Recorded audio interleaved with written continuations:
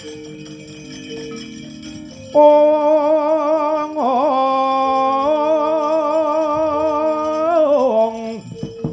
nanging sang tangi kipi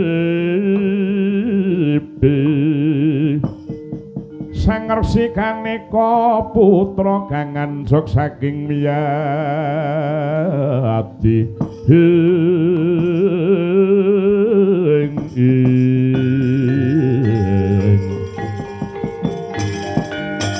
aja turu sore kangge ana dewa nganglang jagat nanging bakal kencanane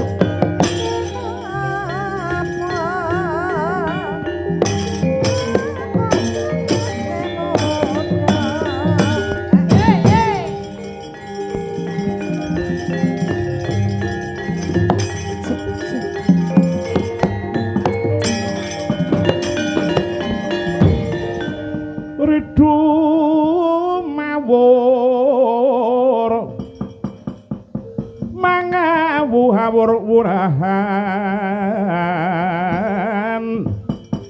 tengaraning ngajurit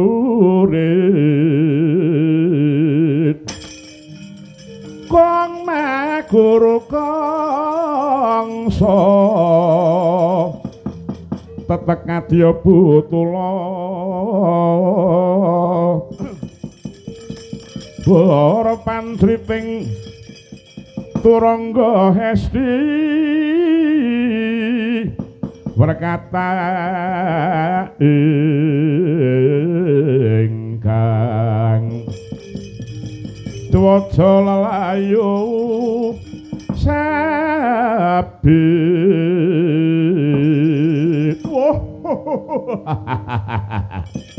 Malmerta malmerti. Jengandika paman Hari Sengkuni medal saking Stinggil Binaturata. Kula putra paduka ing Banjar Junut nungsung pekabaran kados pundi? Wigatosipun pasiwakan menapa ingkang dipun dawaken dening Kakang Prabu Duryudana lho. Nadyan kula putra paduka kula pun Durmagati ngaturaken Herminakata. Her menika toya. Mina menika toya. Kata niku toya. Bayu ketemu Bayu dadi niki lapah terus kabeh niki niki. Kurawa ora padha cetha kabeh. Aja padha saur manuk nggih. Kawruh lamun jroning pasimakan mau kang rembug ora ana kejaba ya mung plulan-mulan nang Lesmana Mandragumara. Ingkang ginadang gadang besok bakal gumanti keprabon. Oh, yen ngeten. Nek ngrembug Lesmana niku mboten enten enteke kok, Man. Anak ratu kok babar pisan mboten duwe petingan napa-napa. Kaya ngono kok sok ben ajeng gumanti dadi ratu niku blas mboten pantes kok, Man. Nggih niku wau, Man. Kula niku ajeng aja jeneng Batut dadi dulure ngoten kula niku moh nyawang dapur Lesmana kok, Man. Jane isin ngakoni dadi Paklik Lesmana niku kula niku isin. Napa enten anak ratu mlebu warung kok ora nggawa dhuwit niku napa enten niku? Entek-entekane bar mangan terus bon tujune kok teng warung niku ketemu kalih kula. Terus sidane piye? Mbok bayari. Ha genah mboten. Napa pripun? Wong kula dhewe ya ora sangu niyate teng warung niku nggih ajeng bon kok pripun sampean niku? Bocah edian kuwi. Dina iki ponakan mulan nang Lesmana Mandragumara bakal nampa pendadaran saka Kakang Droning Sukalima. Digembleng supaya besuke pantes gumanti keprabon. Carane pripun niku, Pak? Lesmana bakal dikanthi ngalas Krendra Wahana. Kadhawuhan Tarak Brata patrap semedya ning papan kono. Dene para sapa Kurawa kabeh kadhawuhan tungguk kemit ana sakupenging alas kono. Ya ing setra nggondo mayit. Lesmana Kantapa niku apa kelakon to, Man? Bocah niku jerih getih wedi mati. Napa lumrah bocah lanang umur 17 taun kok ajeng nguyuh mawon dadak ngeterke niku napa wong edan ngeten niku. Wis aja kakean rembug. Bambang Swapama wonten pengembika ing dawuh Paman Sengkuni. Metu njaba natapa bendi kaping pisan dandan pindha lumpuk kaping 3 bodho pramadha pasuwanan Paman. Sumerkan bala lumaris butaling sagong prawadya Tino Nasri gegamane akeh warnaning kang bala bandira mawarna warna Swarane asri gumuruh pindho mbak ing samudra budaling prawadya bala kaya singa nebah ing papan sigra mangsa lumampah anut wirama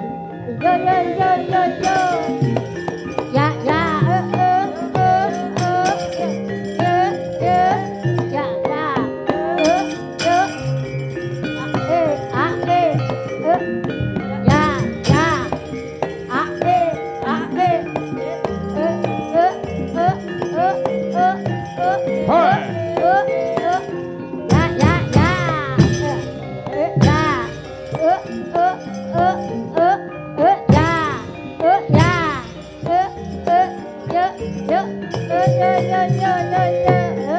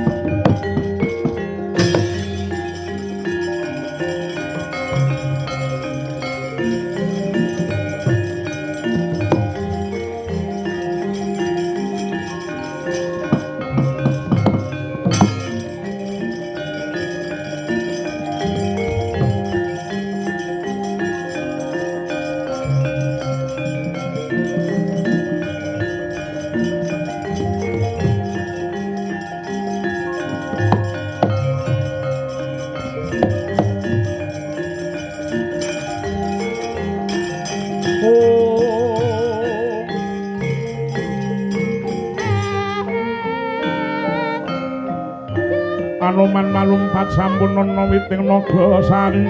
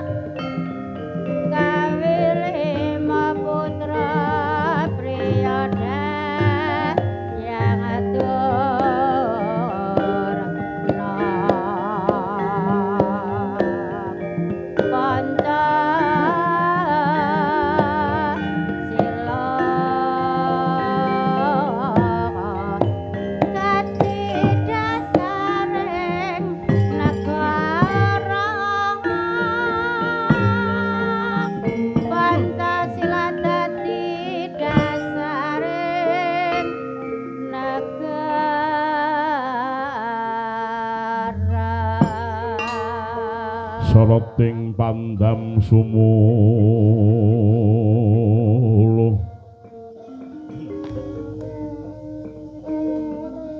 hamadangi jroning pasareyan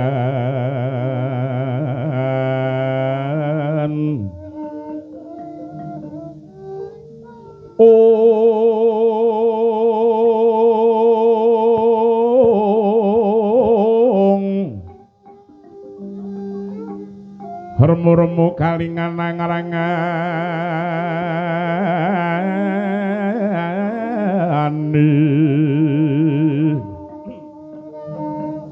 sang dia manahanggon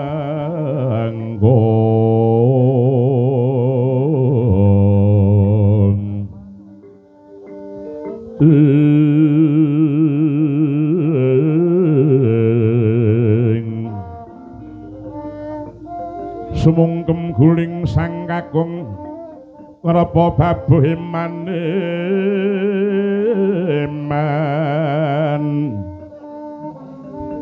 ulung tadah runtik berat tentik brangto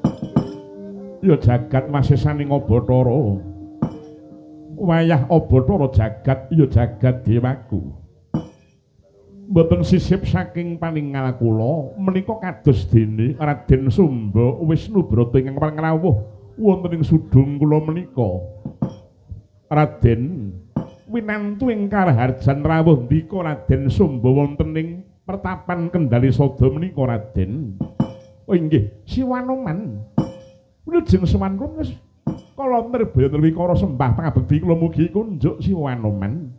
Inggih sampun kula tampi adamel bingah rasing manah kula.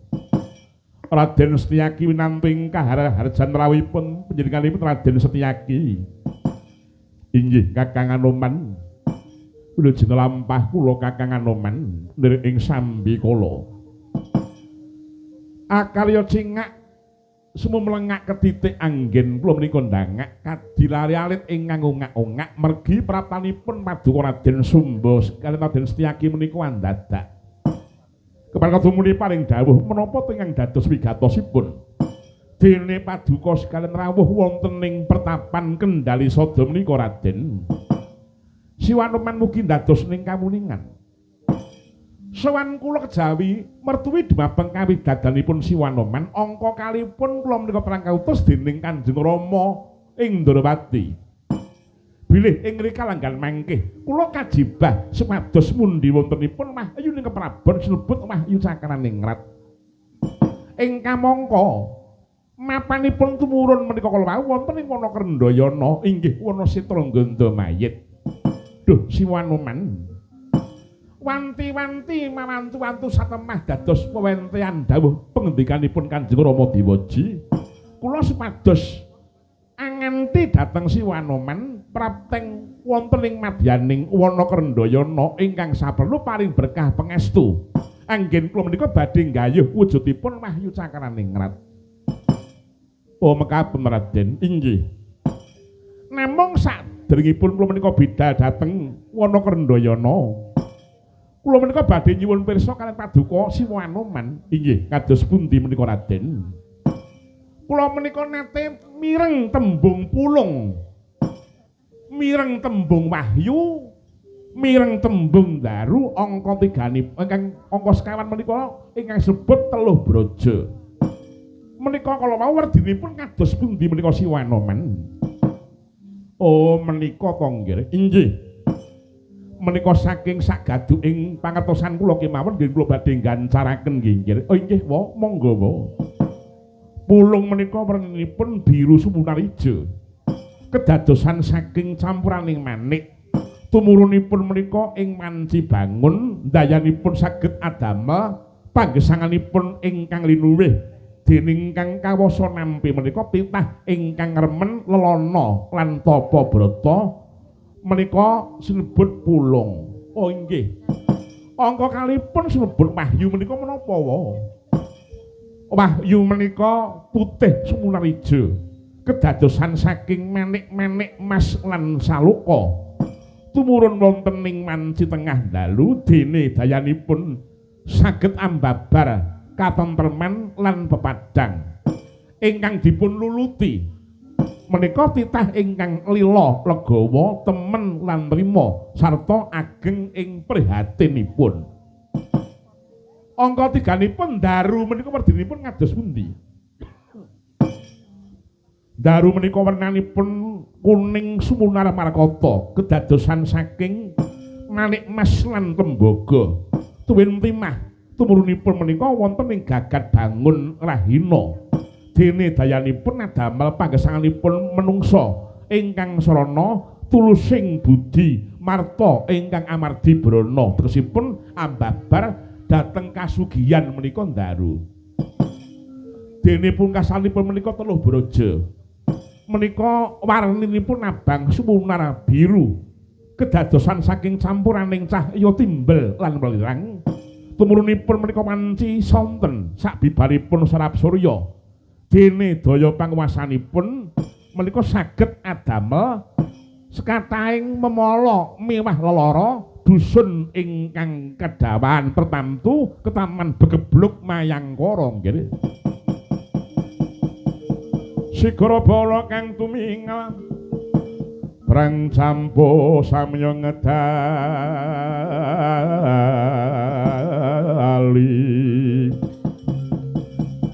ler kadet wilating kanta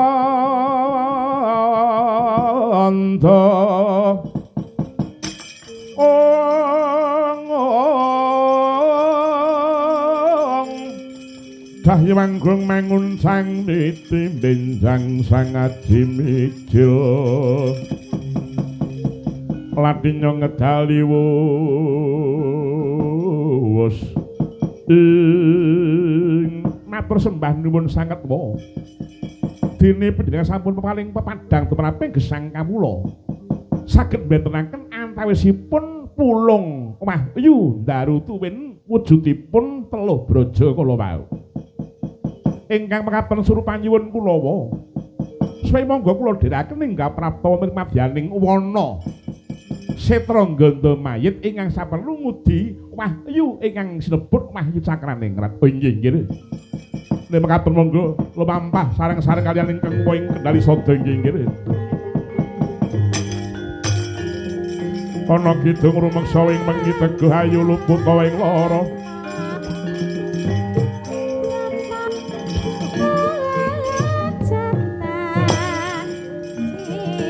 Oh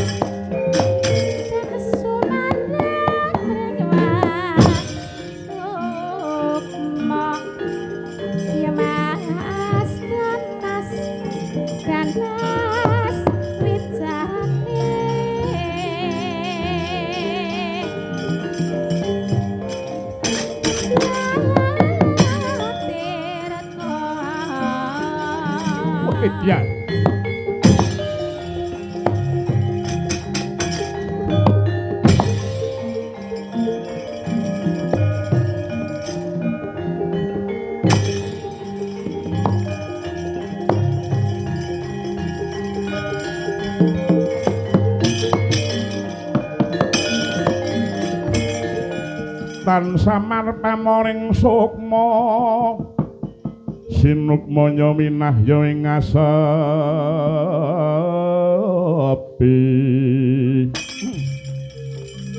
sinimpen talang ing kalebu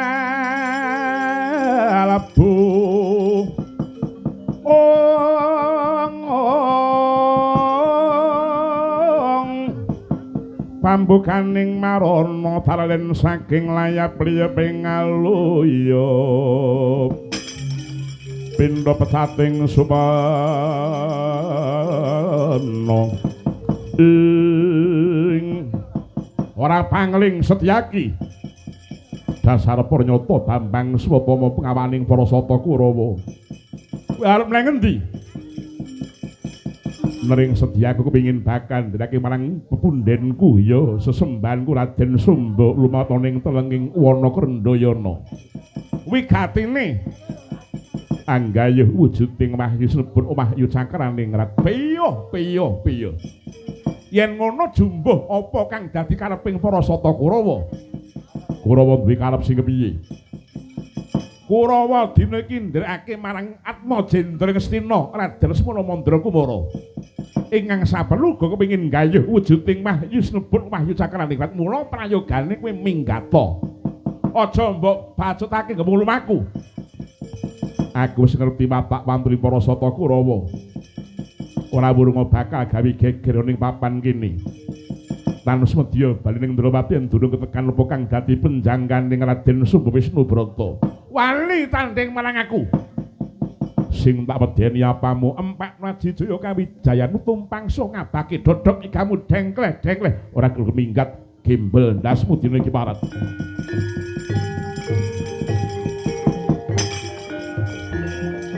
Permara manguswa nyung ambreng dadi karonaning kaswasyaning marga manalatung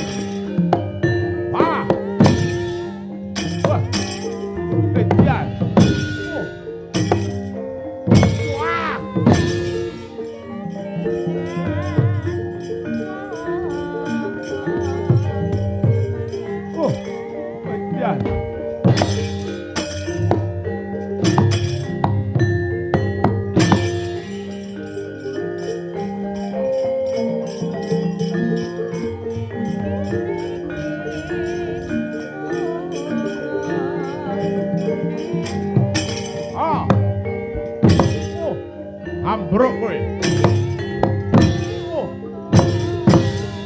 Ai. Lo. Wah.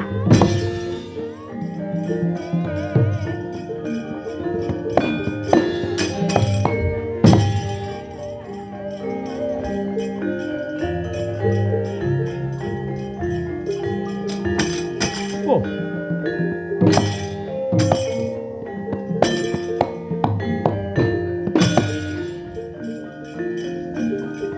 Hot.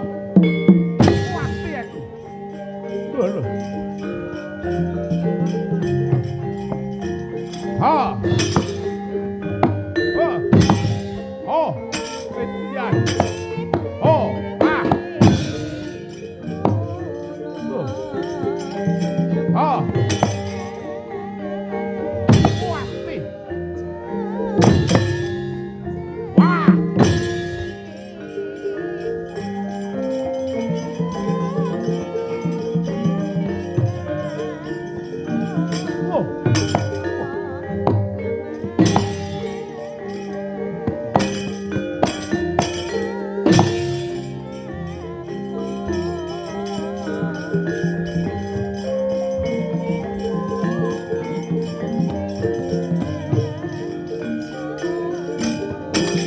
Ha.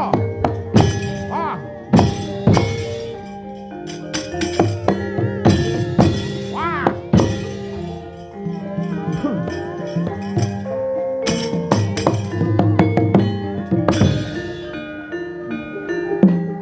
Mati.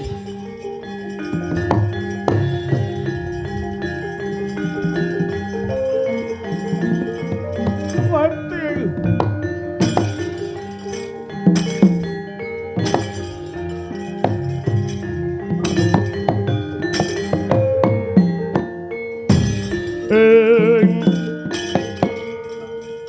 Ora kena sinangga miring.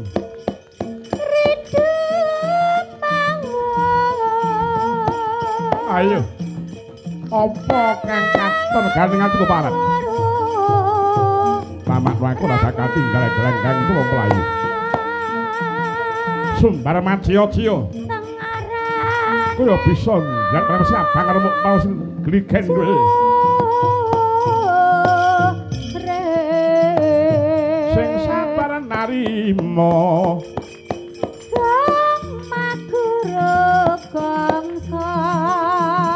Iya aung. Tetap kadyapu tolong. Oh he ong. Pangring tu rangga hesti marababeng.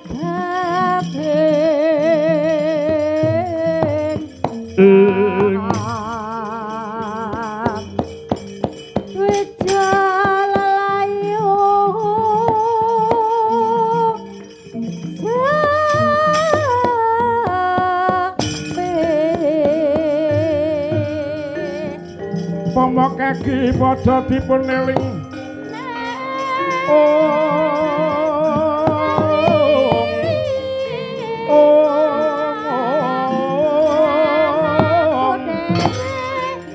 Oh Cendro.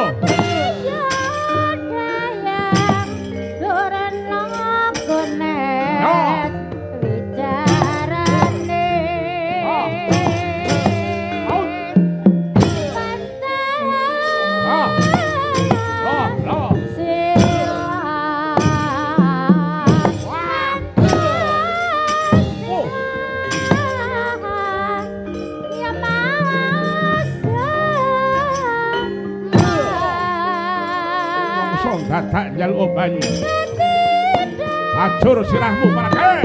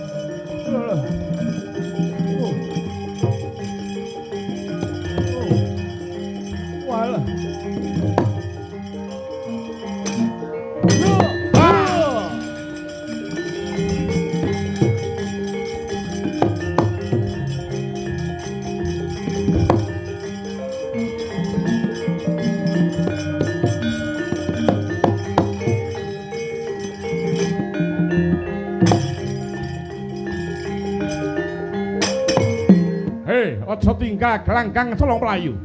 Raden loro kridane Kartomarma. Ing kene marganing patimu parat kowe.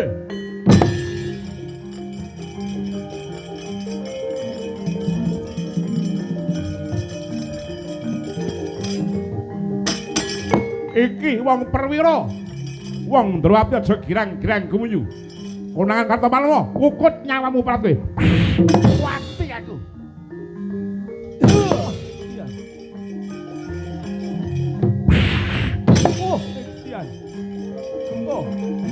Lo. Mati kowe.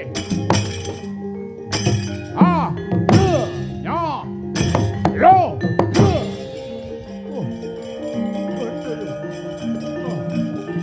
Ah. Lo. Etian. Lo.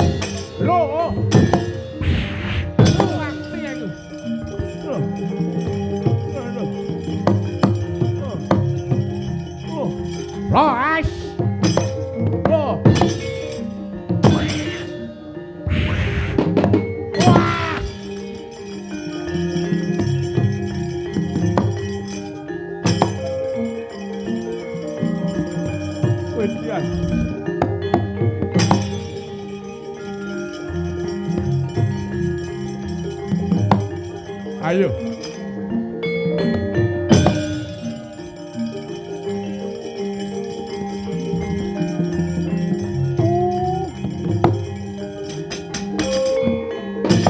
Wah. Mongso dadak njaluk banyu. Hampanono. Ing kene marganing patimu. Wati aku.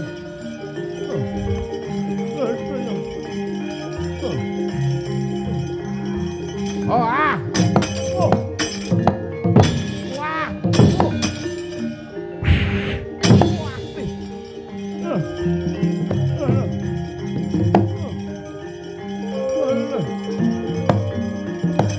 Ah.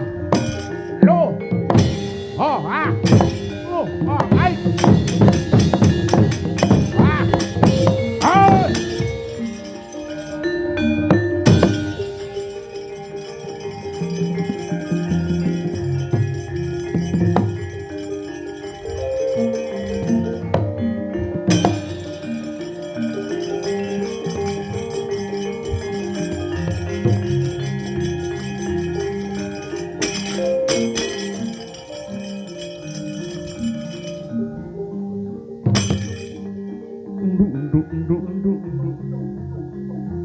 Ash.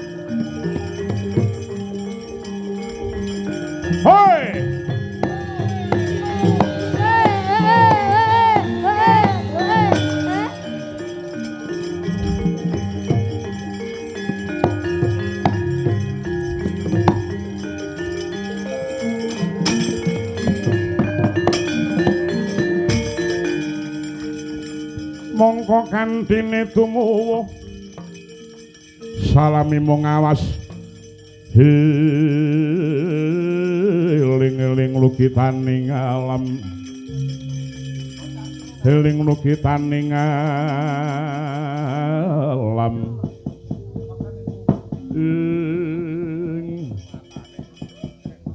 Dursasana pripun man liyane do gembrobya sok malah kowe tengok-tengok nang kene iki karepmu ki piye he liyane do gembrobya sok kowe ora gelem ki mangili ngethuk iki karepmu ki piye he kowe ngethuk nganti bingung le ngethuk karo ngenong nganti durar kethuk Bali he sing maju sinten man pertama-tama sing maju ki mau Swatama. Swatama maju mungsuhe karo Setyaki. Swatama kalah mundur nggawa gada-gada dituthukke Setyaki ragina wirasa. Gada dicukit kelawan Setyaki, tampane Setyaki tuthukke sirahe Swatama kluthuk mak pekungkung gletak. Ora kalap digawe ning puskesmas mesuji wis ora ketampa kok le. Aku nganti nggumun. Lajeng sing maju sing kaping pindho niki mau Kartamarma. Kartamarma nyumbari kelawan Setyaki panamrosangkan paraning dumadi. Wis mak celingkrik ning pundhake Kartamarma si Anoman. Wis Kartamarma dipala gantang dening Anoman nganti tele-telete. Dicokot kupinge dene Anoman mak cethuet mak pekungkung gletak dadi bayangan tak tari madang ora doyan. Lajeng Surtayu ki rekane ya maju. Surtayu pripun? Surtayu ya kalah kalih. Pancen Kurawa ki saiki ora ning petingane apa-apa. Kurawa ki petingane mung loro, siji kon madang, loro karo foto. Liyane kuwi ora ning meneh. Angger foto isih dhewe. Nganti ra krasa nek isih video bareng kan moto. Oh alah Kurawa. Gandeng kowe iki mau dadi tetungguling para sapa Kurawa tak jaluk kowe maju ya Dur. Mungsuh kula sinten? Mungsuhmu ki mengko eneng Setyaki eneng Anoman ya eneng. Mungsuh kula Anoman mawon man, Anoman tenan nggih. Sing ati-ati kaya lompan parupa gembong Siwilagiri. Nek nganti ora ngati-ati limut mandang karya ora wurunga kewirangan kelangan kowe iki mau wis ora wurunga Kurawa ora ning pakeme apa-apa kok Le. Dapure Anoman kaya ngopo mengko kula gocekin biase. Ya aja sumbar mengko ndek malah haber. Oh kula mboten wedi karo dapure Anoman sepinten banggane Anoman niku sepinten. Ning nggih niku lho Man. Anoman ni arep kethek dikaya ngopo ning tiyang niku apian kok Mas. Kalih yoga niku senengane nggo jajakke. Kalih kula niku kulino dijajake kopi niku Anoman kok. Iki cah iki cangkeme mintra-mintri lho iki. Anoman niku pendhita linuwih, pendhita kondang kaunang-unang ing jagat raya. Ora-ora nek Anoman niku nek mungsuh kalih kula niku bakale kalah niku mboten mesti menangi Anoman niku mengke. Anoman niku wong digdaya won mang tandangi dhewe man niku man. Apa padake cah iya cangkeme mintra-mintri iki lho. Kaya bareng mendem ape wae wis. Alah. Aku dhewe sing bakal nyumbari marang dapur Anoman. Mengko to Anoman aja tinggal klek. Sengguni dalem Pak Guru. Sengguni kelas pira? Kelas 3 SD Pak Guru. Sengguni wis sunat. Ah sampun. Ndelok ampun alah cilaka.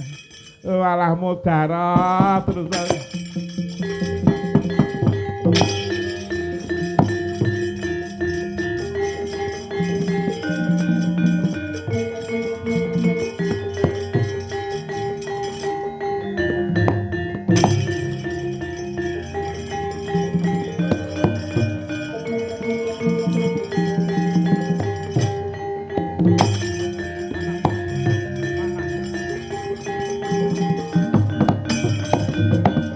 Yogya maliki narya palupi Surya putra Narpati ngawangga lan Pandhawa tur kadangi lan yaya tunggil ibu Swita mring Kurupati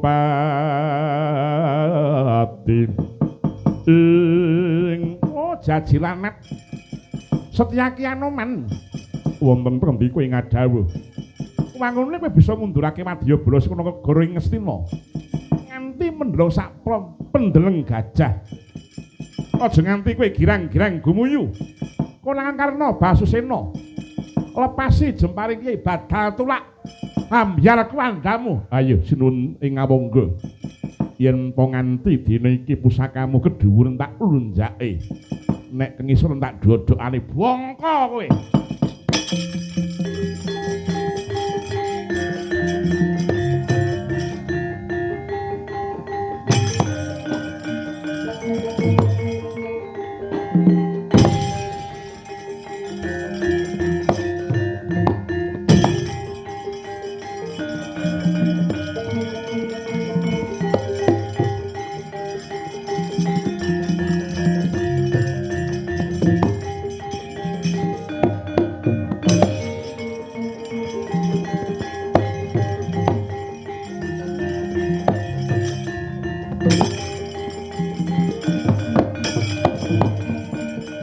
Punapa mirah ingsun priyatin Mas Bagong mijil tuhudatan pokarya sengkang rinemekan Gusti gelem rino sak sekarnya ing sinuwun nganggo sawangun sing kanthi permati Anoman Prabaka mati saka tanganmu parat ayo Anoman mati ngadeg sing kandha sapa aku mati ngadeg yen pancen kowe ora mati ngadeg kudune kowe mbalekke marang pusakaku ing atase kowe kuwi mau ngregem pusakaning mungsuh ning kenapa kowe melek gendong lali ora apa aku milih gendong lali nyo tak balekke marang kowe Nalendra nganggo